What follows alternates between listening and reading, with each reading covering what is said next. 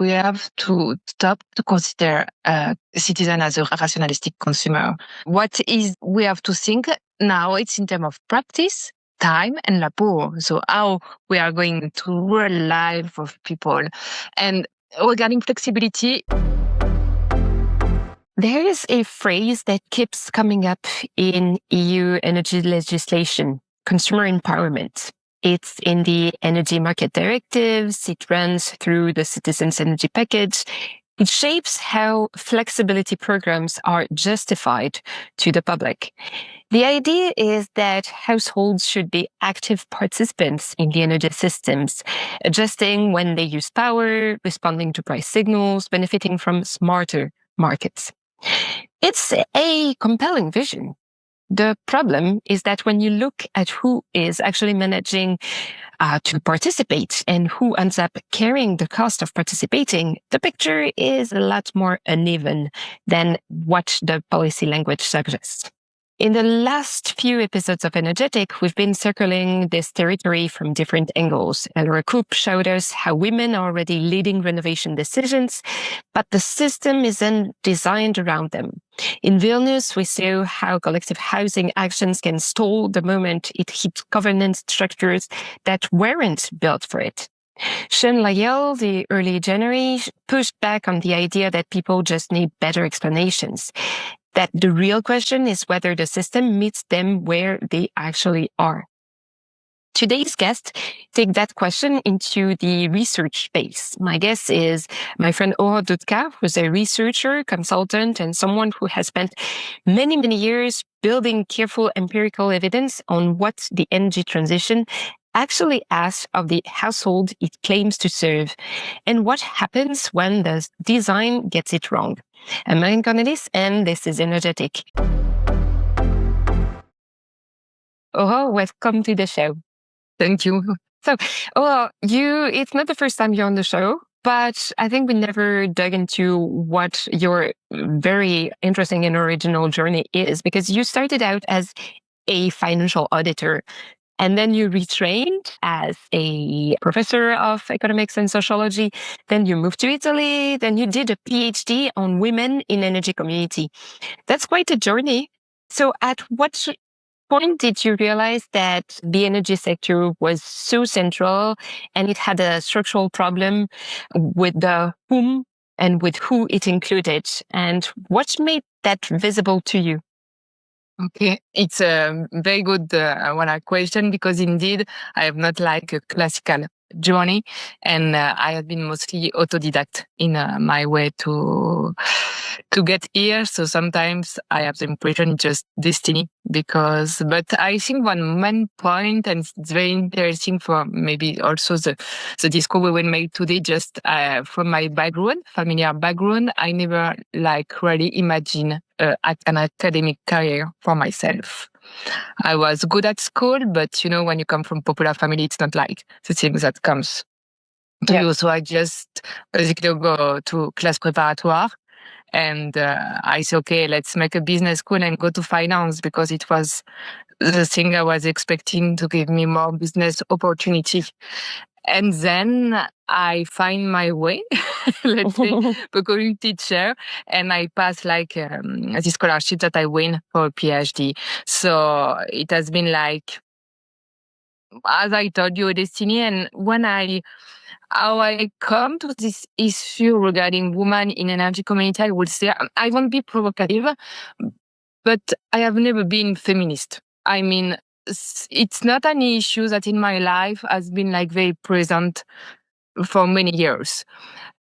And when I think about that now, I think it's really interesting, because when I was younger, I have like really seen violence, but to me it was a normality. And I think like all what we see, like Me Too, and also the fact to be pregnant in academy, it's here I realize that there is a problem. And it's how I come to the woman in energy community. And it's also thanks to the cooperative.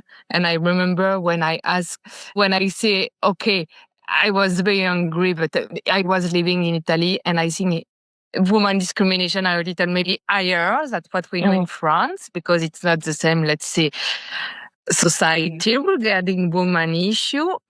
Also, with this vision, French vision coming here, it has been like something, okay, I have to work on this.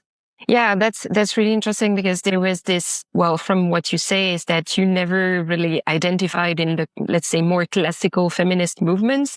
And then you realize that we actually needed some form of feminism to make sure that women are front and center and they are not like bypass what society can offer, what the energy transition can offer, right?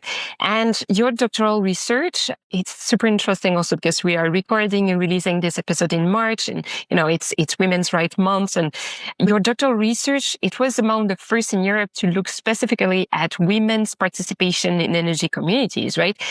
So it's interesting because you yourself had to unlearn something about how participation gets defined, who gets counted. So how did this work, your PhD work, unfold?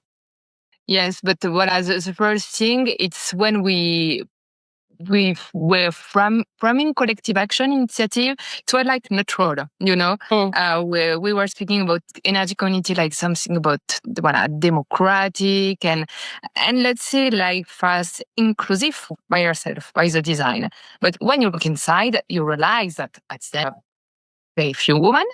The more you go also. So I would say it's maybe better, not always. But the question of woman was not so much. It was like an evidence. We are an energy community, we are inclusive because democratic framework. I remember already Race Cup was asking about that. For example, Antonia Proca she was a guest in the pod. Excellent work about that. So we are very lucky to have Race Cup that is very engaged on this issue. But let's say for energy community, and always it was like, white engineers or STEAM background males. And so I think it was very interesting to question participation, not like, okay, going to the meeting, but like the rules that are under participation. And this was even more important when taking also an intersectional approach of inequality. Because when you are educated, white, rich woman, it's also, you have women in energy community, but what type of woman we have? So, and for example, in the study, when I have already spoke about, when you look to poor women, it's like past inexistent. And it's an issue to question this. Yeah, because maybe as you said, the energy community members of the energy community, if it's a cooperative, you have the kind of values of the people that will be they will strongly believe in inclusivity, and because they believe it is there, they don't question the actual practice. And what you did, you analyze this kind of pattern in different places, and you really highlighted that there were still huge gaps between like the intention and what was actually being done. It's why I work a lot with somebody I love very much, Elena de Joannis, which is my colleague of PhD, and which has been also elected the best young economist last year. So she's always too shy, so I speak to for her because she's like the nicest, very, very brave scientific. So I took Elena to say, okay, Elena, we have to work about gender stereotypes in this. And we make this article also with Sofia, that are already a specialist in Poland, but also at the European and international level, about gender stereotypes in energy community. And we see that also in energy community, this phenomenon of stereotype were highly present. So women tend to devalorize themselves, to assess that they have less competence than men. So what we see in the normal, let's say, it's also in energy community. And we saw in this article that the idea of role model is very important. When you have women in direction, in an executive position, women tend to trust, to have more, let's say, punch to perform and to trust themselves. So I think it's very important, and it's why, Marine, also I love so much work and the way you are with others, because the fact, to be very supportive to this idea of sisterhood, I think it's something that can really help women, because from what I see, the problem with male is more invisibilization. I mean, also in my career, I don't have so many problems with male. The more I have is with women. And when we speak about feminism, because when you want to manage, you have to fight a lot. And I see what you do, it was do also in the energy community, what to try to support. Yeah. We are together. And it's like this that we become stronger. Yeah. It totally relates to previous episode of the podcast with Elora Coop, who created a community space for women to learn from each other about housing renovation and to create this kind of network of really trusted parties, because house renovation is like, you can't do anything more let's say aggressive on your home than a house renovation, and still there are so many moments where you're not being taken seriously, many moments where you doubt yourself. And if there are platforms where you are able to be yourself and share your thoughts really openly without the fear of being judged, but on the other hand being really supported in this feeling of sisterhood that you just mentioned, that makes a huge difference. So honestly, you know me very well, and I strongly believe in that, and that has always been something with me. But I think overall we also need to get a little bit to also acknowledge that maybe the gender part is only the tip of the iceberg, right? That we are well-educated white women, and that makes quite a difference, right? So you and I are not together this time, but sometimes we've done it together. But you've been working on vulnerable households, in particular through a very interesting angle, which is the one of demand-side response, demand-side flexibility. And you recently published an article that pulls together 66 empirical studies on demand response and vulnerable households. And you've highlighted a lot of really, let's say, disturbing evidence, right? You kind of challenged the status quo with these studies, because there are a few findings that keeps coming up. Tell me more about the findings of this study. Okay, so first of all, I want to thank also my co-authors. So again, I work with Matteo and Yorgos. So maybe Barcenti is a super, he just got the PhD, it's very cool. Yorgos Kukovic is that, for GRC. And again, Elena, because I mean, the best. And when you make a systematic, you have to review. At the beginning, we initiate with like 4,000 references. So we finish with 60, but it's like a huge, because we have to read like more than 2,000. With Matteo, we become crazy to classify. So yes, it has been a good and hard job, because at the end on flexibility, you hear everything and nothing. So also the way to work with inGenere, to ask, it's very complicated issue. We all speak about demand side flexibility for vulnerable household, but you have it's a very, very complex issue that we have. So when we get across this article, we see that things are more complex. So Yorgos also summarized it very well in a post. So it all depends on the design. It's very important. You see, and when we prepare also the interview, what was very interesting, the fact that vulnerable people, so we have also to be more complex vulnerable people, it could be elderly, low income, it can be accommodated. So it's important to acknowledge the diversity in vulnerability. So because it's the same. And something, so I think interesting about the willingness to participate. Because you have the impression, this idea that, vulnerable people, how to get in, but they want to get in. And also because they are poor, because for you, maybe 10 euros, it's nothing. But for them, it's a lot of money. So let's say in proportion, it's not the same. And also one fact that I find very interesting about the elderly people. Oh, they won't never change. It's old people. And the old people sometimes are the more willing to change because they know it's possible, because they see that habits could evolve. So it was like about this idea of willingness, some very interesting finding.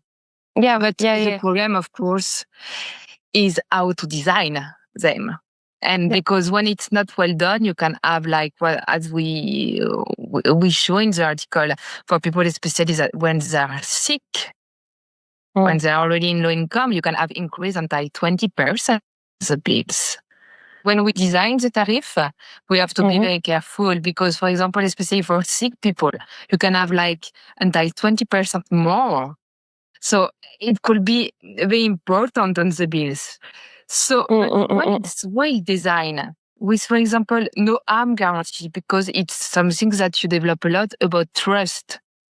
Yeah. Also, go and in case you don't manage, you see, we are here you are not going to lose, this no harm guarantee, this fact that is very protective.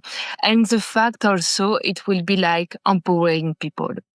Because the problem with flexibility, I see a lot on the Italian market, it's the fact that, for example, the business model for the moment are quite, let's say, they are working on, but you are not going to save so much money with flexibility, with demand flexibility. It's a fact. So to me, I think it's also because it's the beginning of the market. Yeah. So we have also to let it, you can have things that are very interesting. We see, for example, in France, voltaics, that you put on your heaters and you can reduce, and it could be very good solution because you can make some saving. So voila, it's on work, but what is very interesting for flexibility, it's the idea of capacitation of people. Yeah. And something you are working a lot, the right of consumer. To understand and to be involved on the energy market. And it may be the point that we could reach with flexibility. Yeah. No, you make a really, really interesting, let's say, distinction between the willingness to engage and the capacity to engage, right? You have, it's something that I've seen in policy that I've worked on also with policymakers for many, many years, also with my previous work with Energy Ombudsman, saying, it's not because people don't want to, it's because they may not be able to, because they have constraints. Because if you have kids in your home, I mean, of course you need to give them a shower at 7 in the evening, after school, after work, after everything. Of course you need to cook for them after. It's like basic decency. It's like, why would you want to compress? And something that really struck me in the article is that you mentioned the anxiety. It can create the fact that there is some form of demand side response. There could be some anxiety from, let's say, working moms to cook before the price increases too much. I'm like, it's not empowering. It's like the contrary, totally the contrary of empowerment, right? It gets you trapped into a model that doesn't deliver for you when energy is so essential for your actual needs. It's essential for your living a decent life and so on. So I found it really interesting to see that there are so many nuances that, that at the end of the day, vulnerable households, but households in general, you don't need to be vulnerable to be facing this. But maybe you have the willingness, but you don't have the capacity. So what have you analyzed? I was going to speak about policy, so thank you so much, because what we see a lot still at the European level, but also national policy, it's about a behaviorist approach. It's because we are going to give incentives to people that they are going to act like, and I agree. Of course, it works somehow. If you give, if you give me some financial incentive, maybe I would think to that. But according to me, and studying flexibility with vulnerable people, it's one of the best example. You cannot relate on the behaviorist approach. You have also to consider the practice and all these things that block. So in terms of policy, it's hyper important because we have to stop to just speak about incentive and consider the world, the real life of people. And I love a lot behaviorist economist. I have very good friends. So, and it's not against, but it's just complementary. Yeah. We have to be more interdisciplinary. That's really interesting. And I mean, it's also related to another piece that you wrote about women in energy, because that relates to this kind of invisible burdens, really the work, the domestic work of adjusting energy use to market signals. And all of these things, they end up very often to fall on women. So how do you make that visible in a policy conversation that still talks about the household as if it were one single undifferentiated actor? What would you do? I think it's totally what you say. It's not household. It's about practice. It's about constraint. It's about capacitation. We have to stop with that, because it's not true.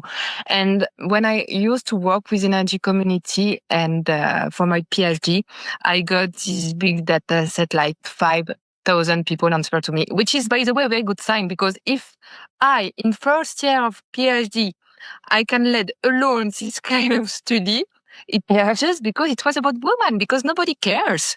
So when I say to my, it's so big, how do you do? But you reach out. You reach out to people.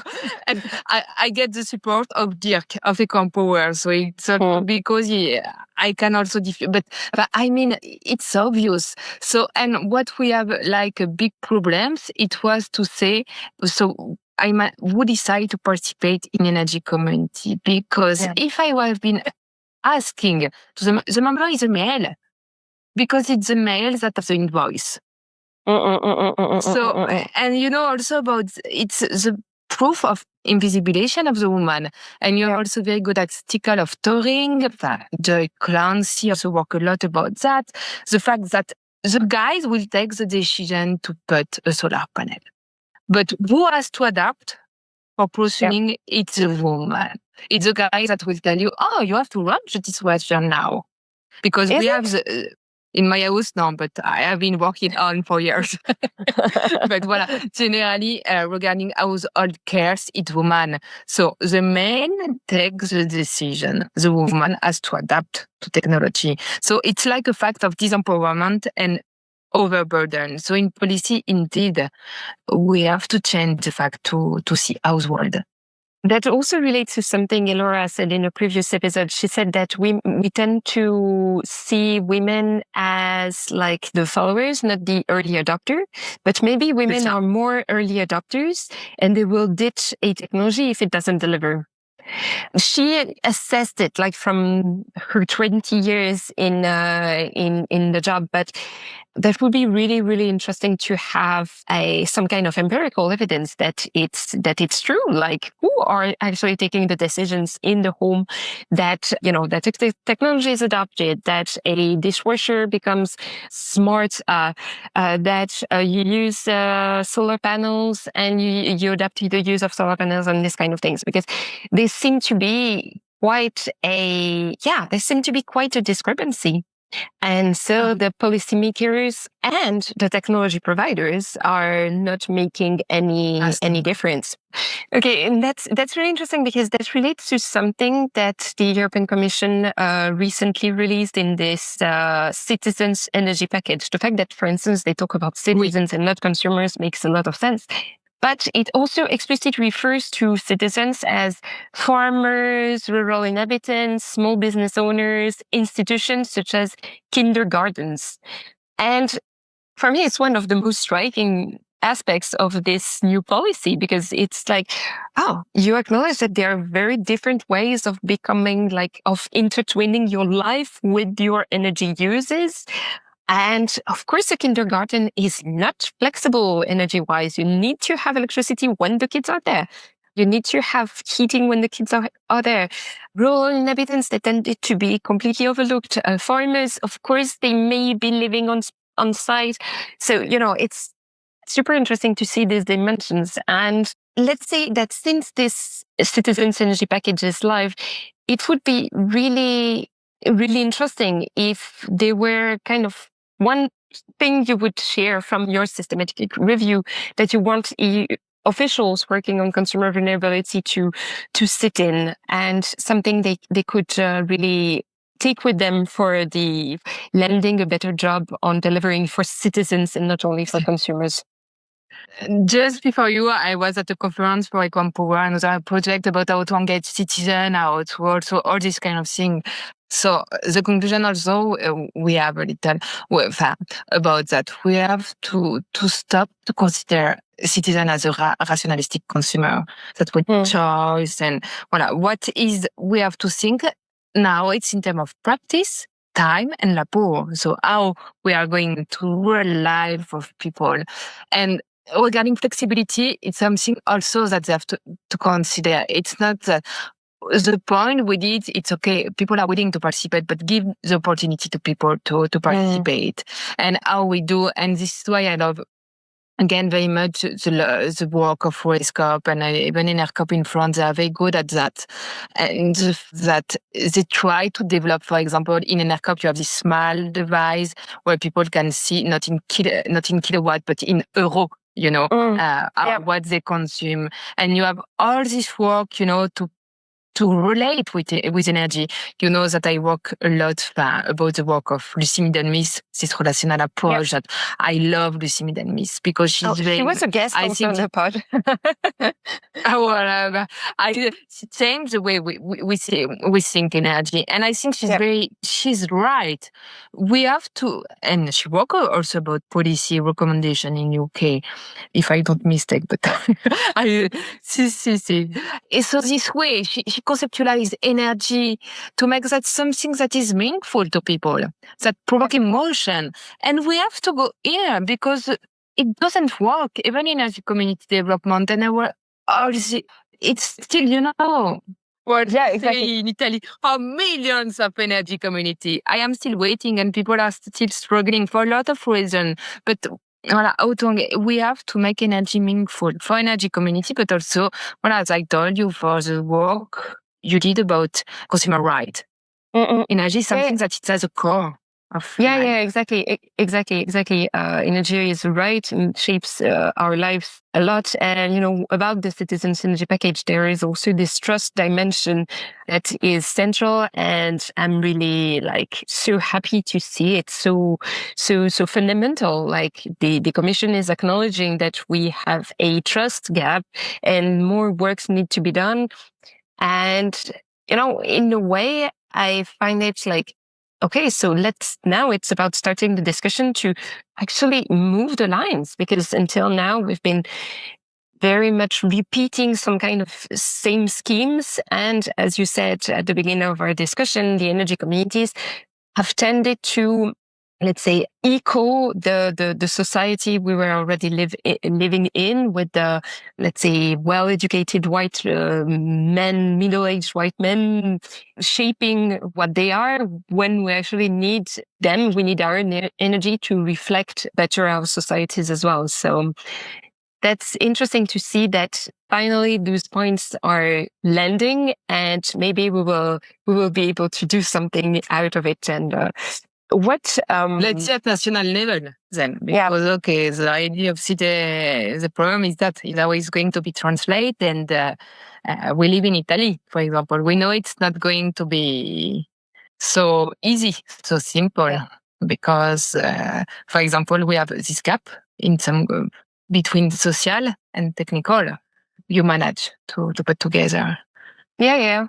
No, but what's interesting in Italy too is that some actors, especially the most disruptive ones, are finally acknowledging that we need more social sciences and so scientists like you to move the line. So that's these are the steps in the right direction. But in general, I'm still very confused that some of these principles around the implication of populations in the design, which are core principle of sustainability, are still being discussed at the EU level as if they were a novelty. When they have been everywhere in sustainable finance, in development, in like grants and loans, etc. In many different countries. They have been there for years, and now we are finally starting to see them arrive in Europe, and that's we still have a long way to go. But we have you, Marine, to make things go ahead. We'll see about that. But thank you so much, Aurore, and I'm sure this conversation will lead to many others. And yeah, please read, to our listeners, please read the article because it's actually very well written. I could understand it. Thank you. We make also synthesis in case. But thank you so much, Marine.